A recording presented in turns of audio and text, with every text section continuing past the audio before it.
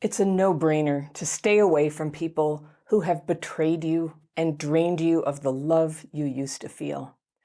But sometimes there are reasons why you might think twice about returning to someone who's decidedly not the love of your life.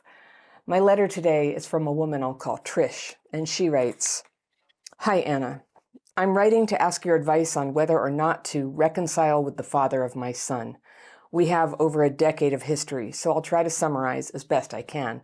All right, I've got my fairy pencil. I'm going to go through and circle things I want to come back to on a second reading, but let's see what's going on in Trish's relationship with her ex. As for a little background on me, my mom passed away in 2009. She was a nonviolent alcoholic and pill user. She was divorced from my dad when I was 16 years old. She never remarried. My dad has been married 2 other times since the divorce. My dad is a business owner, so he was present but often was busy with work, so I grew up spending the majority of my time with my mom. Through the divorce and the addiction issues, my sisters and I sometimes assumed the role of caregiver for our mom. There were times she would pass out with lit cigarettes in her hand, or with food cooking on the stove, and once passed out at the wheel and drove into a telephone pole, which landed her in the ICU about a year before she died. I met my son's dad around that same time, about 16 years ago. Our relationship started as a friends with benefits situation. He did not start referring to me as his girlfriend until a couple years later. I obviously had a poor sense of self-worth, but I didn't realize that at the time. He was in my life around the time of my mom's death, and he provided emotional support and was reliable. I fell in love with him and was determined to win his commitment. After 2 years, we finally had a title. I guess she means boyfriend and girlfriend. But I had suspicion of him cheating because of multiple reasons. Finding another woman's magazines under his bed, his being sneaky with his phone and always on silent, taking calls outside of ear's reach, etc. I knew in my gut that he was cheating, but he was the avoidant type and would stonewall me and shut down anytime I confronted him. He gaslit me and I gaslit myself too, and I told myself I was just being insecure. Over the years, I became very passive and I stopped confronting him because I wanted to keep the peace and hated when he'd shut down on me. But I became very suspicious and started engaging in behaviors to find out the truth on my own since I wasn't getting it from him. We had our son 10 years ago. We moved in together earlier that year when we first found out we were pregnant. And then 2 years later, I found evidence that he was cheating with a married coworker. Emails, photos, videos of them in the act. Oh dear. It was completely devastating, and it turned my world upside down and shattered my long-held dream of marriage and family. Long story, somewhat short, I moved out and ended the relationship. Moved back several months later after we tried therapy and he was going to church with me. I wanted to believe that we could work things out. Mind you, we were never married. I wanted marriage, but he was indecisive.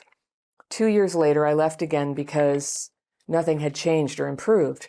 I didn't have proof of cheating this time, but he would still stonewall me when I would confront him about sneaky behavior, like taking phone calls in the basement at 4 a.m. I ultimately became someone else, just an insecure, anxious mess. And I hated who I had become. I caught myself trying to eavesdrop on his conversations through the floor vent. At that point, I knew I had to go. So I moved out in 2018 after seeing that he was texting his ex and recognized these changes in myself. I have not looked back. So in total, I moved out twice. That was 8 years ago and 6 years ago. He's tried several times to get me to move back home over the years. We've both been in and out of therapy. He also had a rough childhood with abandonment, rejection from his parents, and he finally started to seek help to work on those issues. I genuinely loved this man and still do, although it's transformed to more of a familial type of love rather than romantic. I've listened to a ton of your podcasts over the last 2 years or so, as well as other similar podcasts. In an attempt to move on, he married a younger woman last year that he met at work and then divorced her 8 months later. This marriage opened up a whole other wound for me because after a decade and a baby together, I wasn't deemed marriage material, and he married someone else without hesitation. It just added salt to the wound and reinforced my doubts about my self-worth. While he was with her, he was telling me that he still loved me and wanted his family back. I told him it seems like he was repeating a pattern, reaching out to an ex while he had someone else at home, but I had my own pattern too of being attracted to unavailable men. I've been single and celibate for 2 years now, after realizing that I've become fearful avoidant myself, mainly finding myself attracted to long-distance partners that I have no chance of a future with. So after 2 years of celibacy, I've found emotional and financial stability in myself. My home is peaceful, but I'm lonely, she says.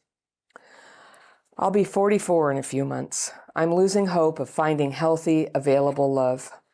Sometimes I wonder if I should consider getting back with my ex for our son's sake, because he's available and is adamant that he wants to try again.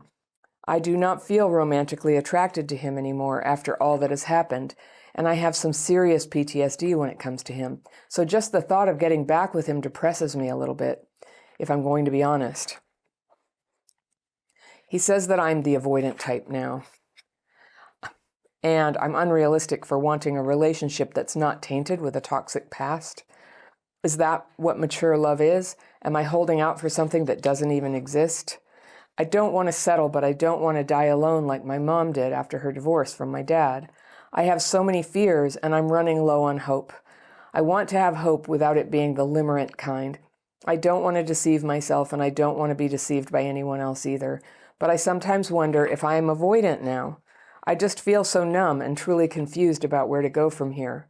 I hope you can help. And that's from Trish. Okay, Trish. I hear you. You didn't talk much about your kid, but I guess your kid is 10 years old now. And so all of this is happening in the midst of considering the reconciliation of the parents of this child who, I was just curious if you think he would benefit from having his dad in his life. Or does he have his dad in his life? I hope he does. I hope he does. That's not necessarily because of you being married that it has to happen. But let me go through what you told me here. So you had a rough childhood. Your mother was an alcoholic and pill user. Say no more. That's, I know what that's like. And she got divorced when you were 16. She never remarried. Your dad had 2 more marriages. Your dad wasn't that present. So mostly you were with your mom, but with the addiction issues, you had to be a caregiver. So, it's hard to help becoming somebody who imprints on that. If you had to take care of basically your mom was like an invalid, she couldn't really take care of business, you had to step up at a very young age. It kind of primes us to be what I call crap fitters. We fit ourselves to crap. We fit ourselves to relationships that are unacceptable and situations that are not okay with us. And we get very good at that because of the parental alcoholism. We don't really have a choice as kids. We have to sort of accommodate the problem at home. But that's not a habit you want to take into adulthood. And so you sure aren't the first one who maybe did in this choice of guy. I think if we had grown up without trauma, people who were incapable of giving love and fidelity, it just would have kind of fallen apart much more quickly. Even if they were attractive, even if, something good was happening between us, that infidelity would have wrecked the whole thing quite early, and it wouldn't be this thing dragging on over a decade. So, but, we're people. And you do have a son out of it, which is nice and, difficult. It's a difficult circumstance to have a child, but a child is a great gift. And so now everything kind of becomes about what's good for your kid. That's what it becomes. So that really shapes what I see as the potential here. If you didn't have a child together, I would definitely say, if you're asking my opinion, cut ties with this guy. There's nothing but entanglement here. You're not into him. He's proven again and again to be unreliable. And even now that when he wants to come back to you, he's coming back by leaving somebody else. And he's got that going on, and it may take years, if ever, before he changes on that. I don't think he's a safe bet, no matter how great he is. Now, if he was the love of your life and he was the only person you felt right with, it might be worth continuing that therapy together and see what you could work out. But he's not. The feeling is gone. I don't blame you. I can see how the love got ruined. It just got ruined, and that can happen. And you're peaceful on your own. So I'm a big champion of people staying together if they can for children, but not if it means that anybody has to wreck their own spirit, which is what I hear you saying. Like, you feel awful with him.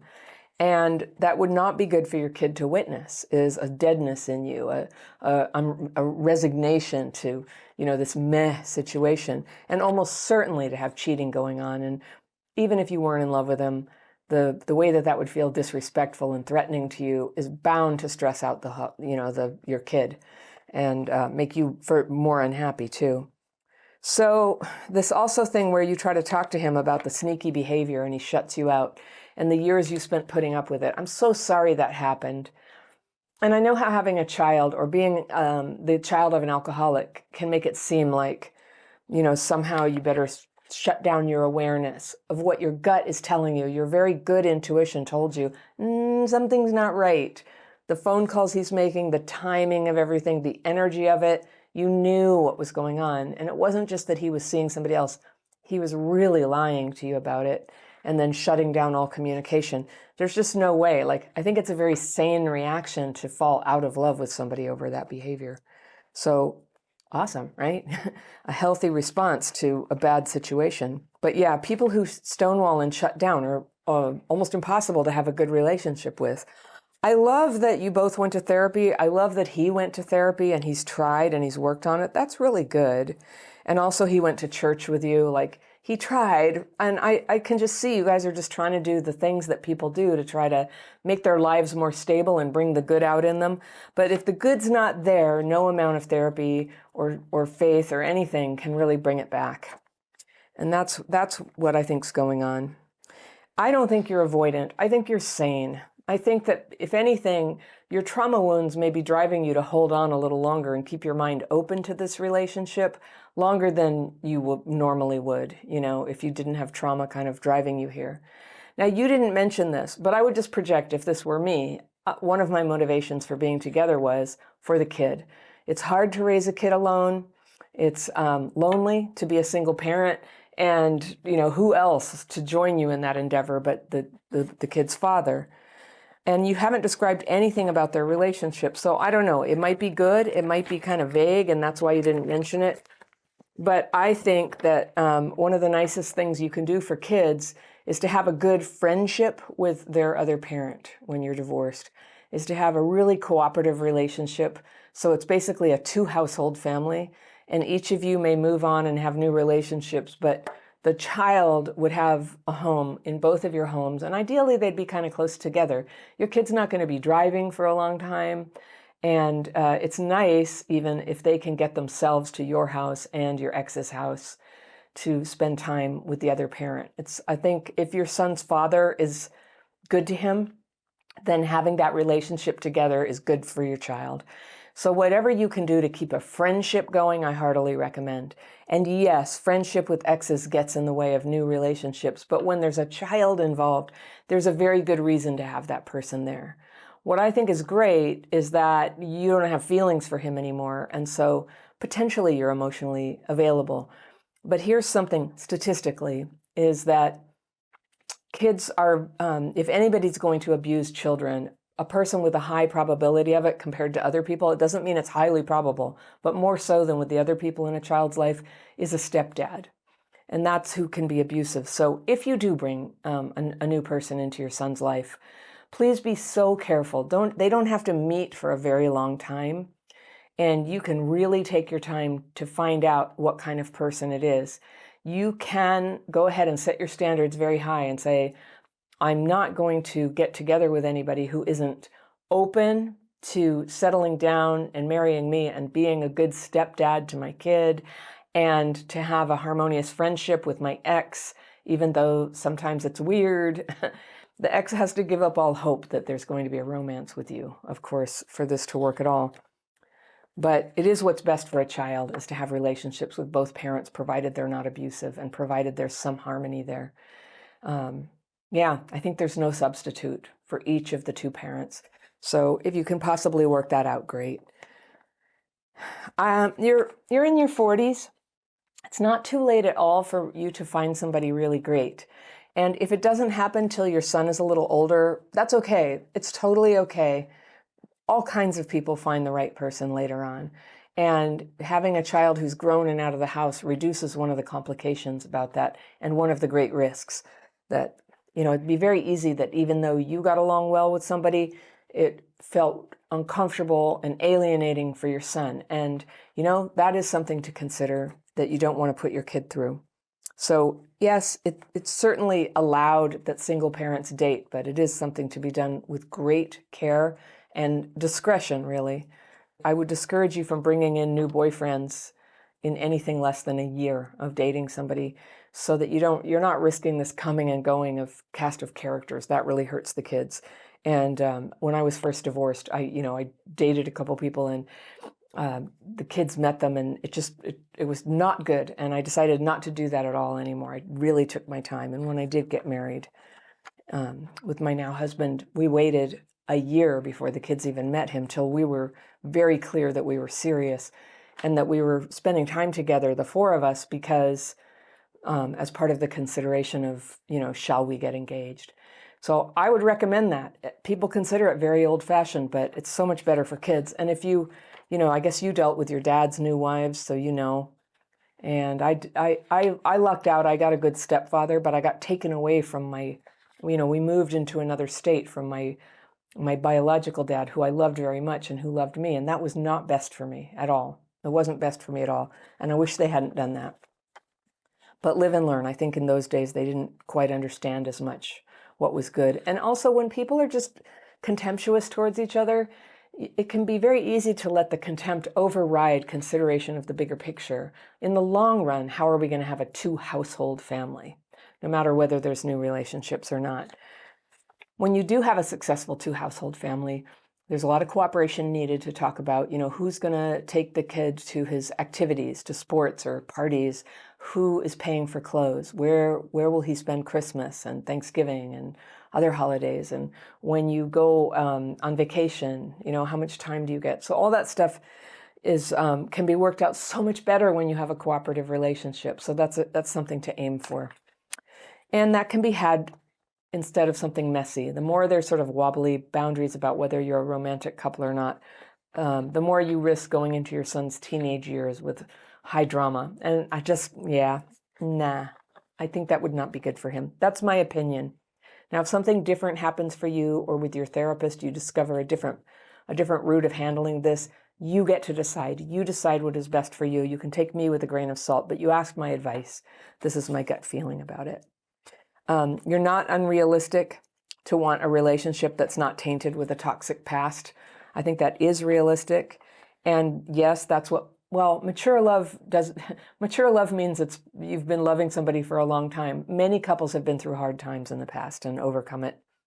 Many of them have been through hard times in the past and don't ever want to see each other again. So it's, but when you can have a fresh start with somebody, it can be a great advantage. And the downside is you don't have that history with each other, that makes them feel like home at first. But being in your 40s is quite young. There's a lot of time, from where I sit, there's a lot of time for you to form a life with somebody.